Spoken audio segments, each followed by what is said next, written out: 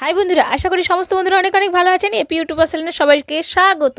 এই মাংস রেসিপিটা কি চলবে? তাহলে এক ঝলক দেখে নেবেন, স্কিপ না করে। নিয়েছি দেখুন শুকনো লঙ্কা, তেজপাতা, সাদা জিরে, ধনে, গোটা গরম মশলা, মৌরি, কেস্তরি মেথি। এগুলো কিন্তু শুকনো কড়াতে ভেজে নিতে হবে। চিকেনের আলাদা ফ্লেভার আসবে এই মশলাটা থেকে।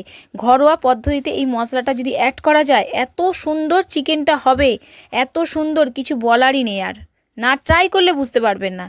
যতক্ষণ চিকেনটা বাড়িতে থাকবে ততক্ষণ ঘর মম করবে। এমনকি হাত ধোয়ার পরও হাতের স্মেলটা এতটাই সুন্দর থাকবে, দারুণ লাগবে।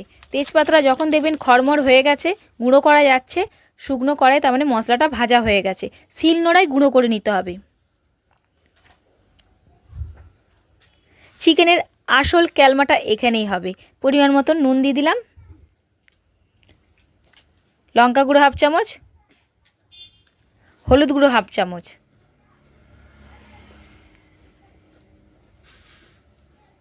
যে মশলাটা তৈরি করলাম সেই মশলাটা কিন্তু 3 থেকে 4 চামচ দিতে হবে। এই মশলাটাই হলো আলাদা ফ্লেভার আনবে আর খাওয়ার টেস্ট এনে দেবে মাংসটায়। কাশ্মীরি লঙ্কা হাফ চামচ দিয়ে দিলাম, চিকেন মশলা হাফ চামচ দিয়ে দেবো,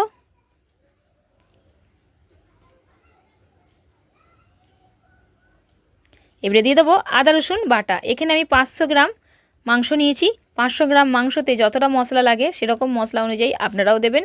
পাতিলেবু অর্ধেক রস দিয়ে দিলাম। এবারে এই ভালো করে মশলার সাথে মাংসটা মেখে 1 ঘন্টার জন্য রেস্টে ছেড়ে দিচ্ছি। 1 ঘন্টা পর কিন্তু এই চিকেনটা আমি রান্না করব। এর ফাঁকে আমার অনেক কাজ হয়ে গেছে। এই 1 ঘন্টা মাংসটাকে মাখিয়ে রেখে ছেলেকে স্কুল থেকে আনা হয়েছে, অনেক কাজ হয়েছে। তারপর এই মাংসটার খেল শুরু হবে।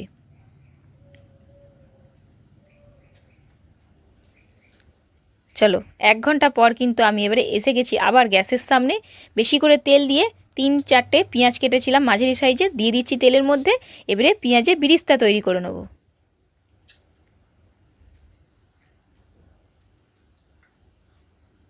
গ্যাসটাকে মিডিয়াম রেখে পেঁয়াজগুলো এভাবে ভেজে নিতে হবে। পেঁয়াজটাকে তুলে নিলাম, আলু দিয়ে দিলাম তেলের মধ্যে, হলুদ আর নুন দিয়ে আলুগুলো ভেজে নেব। আর যদি কোনো বন্ধুরা চাইেন আলু খাবো না, শুধু চিকেন হবে, তাহলে আলুটা বাদ দিয়ে দেবেন। আমার বাড়িতে আলু খাওয়ার অনেক লোক আছে, আলু না হলে কোনো খাবারই চলবে না। গ্যাসটাকে মিডিয়াম রেখে আলুগুলো ভেজে নিচ্ছি।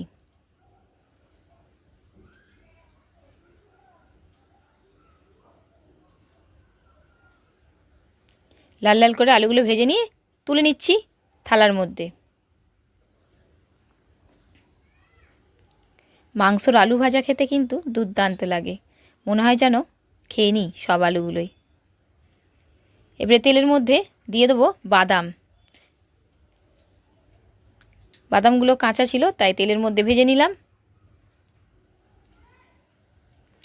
বাদাম আর পেঁয়াজের বিরিস্তা শিলনোড়ায় বেটে নিলাম।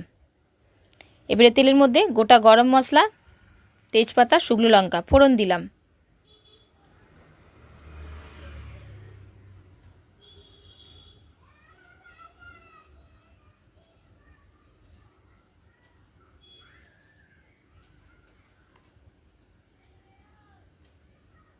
এবারে চিকেন যে মাখিয়ে রেখেছিলাম 1 ঘন্টার জন্য সেইটা দিয়ে দিলাম।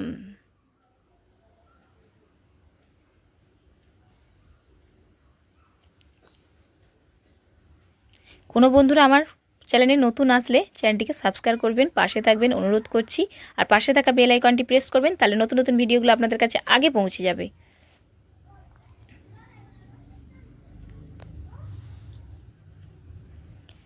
এত সুন্দর কালার হয়েছে, দুর্দান্ত। এবারে অ্যাড করছি 1 চামচ গুঁড়ো লঙ্কা। তখন যেহেতু হাফ চামচ দিয়েছিলাম, হাফ চামচ হলুদ গুঁড়ো। চিকেন একটু ঝাল ঝাল না হলে ভালো লাগে না। হাফ চামচ নুন, হাফ চামচ কাশ্মীরি লঙ্কা গুঁড়ো। দারুণ, ওফ, এত সুন্দর লাগছে কালার আর গন্ধ, বাড়ির আশেপাশে সব গন্ধ চলে গেল। আচ্ছা, এই পর্যায়ে যদি মনে করে থাকেন টমেটম দেবেন, দিয়ে দেবেন। টমেটমের অনেক দাম, বাড়িতে টমেটম ছিল না তাই দেওয়া হয়নি। আপনাদের যদি মনে হয় টমেটম ছাড়া মাংস খাওয়া যাবেই না, তাহলে এই পর্যায়ে একটা মাংসতে আর টমেটম কেটে দিয়ে দেবেন। আমার ছেলে আলু ভাজা খাওয়ার জন্য হাত বাড়িয়েই দিয়েছিল। তারপরে আলু ভাজাগুলো দিয়ে দিলাম। পেঁয়াজ আর বাদাম যে বেটে রেখেছিলাম সেটাও দিয়ে দিলাম।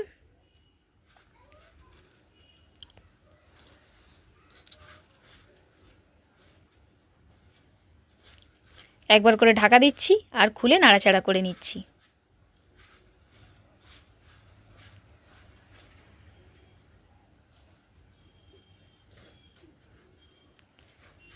শিল ধুয়ে জল রেখেছিলাম, সেই জলটা দিলাম। আরও বেশি করে একটু জল দেবো, যেহেতু আমাদের বাড়িতে একটু ঝোলের প্রয়োজন।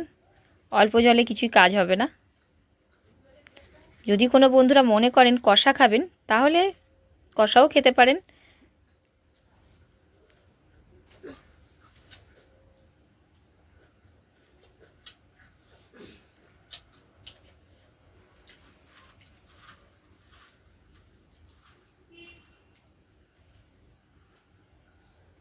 এবারে দিয়ে দিলাম গরম মশলা, আর বাড়িতে যে মশলাটা বানালাম শুকনো কড়াই, সেই মশলাটা। এবারে দিয়ে দিচ্ছি 2টো কারি পাতা, ডাল ভেঙে এনেছিলাম, পাতাগুলো দিয়ে দিচ্ছি। এবারে দিয়ে ঢাকা দিয়ে দেবো, আর খুলবো না। গ্যাসটাকে স্লো করে 5 মিনিটের জন্য ঢাকা দিয়ে রেখে দিলাম। তারপরে ঢাকাটা খুলছি। ওফ, গন্ধ 10টা বাড়ি মনে হয় চলে গেল গন্ধ। এতটাই সুন্দর গন্ধ উঠেছে, দুর্দান্ত। কালার দেখেছেন, দুর্দান্ত। একবার ট্রাই করবেন, ঠিক আছে? ভিডিওটা পুরো দেখার জন্য অসংখ্য ধন্যবাদ। পরের ব্লগে অবশ্যই আসছি। কেমন লেগেছে কমেন্টে অবশ্যই জানাবেন, আর একবার হলেও ট্রাই করবেন। লাইক দিতে কিন্তু একবারও ভুল করবেন না, শেয়ার করতেও ভুল করবেন না। বাই।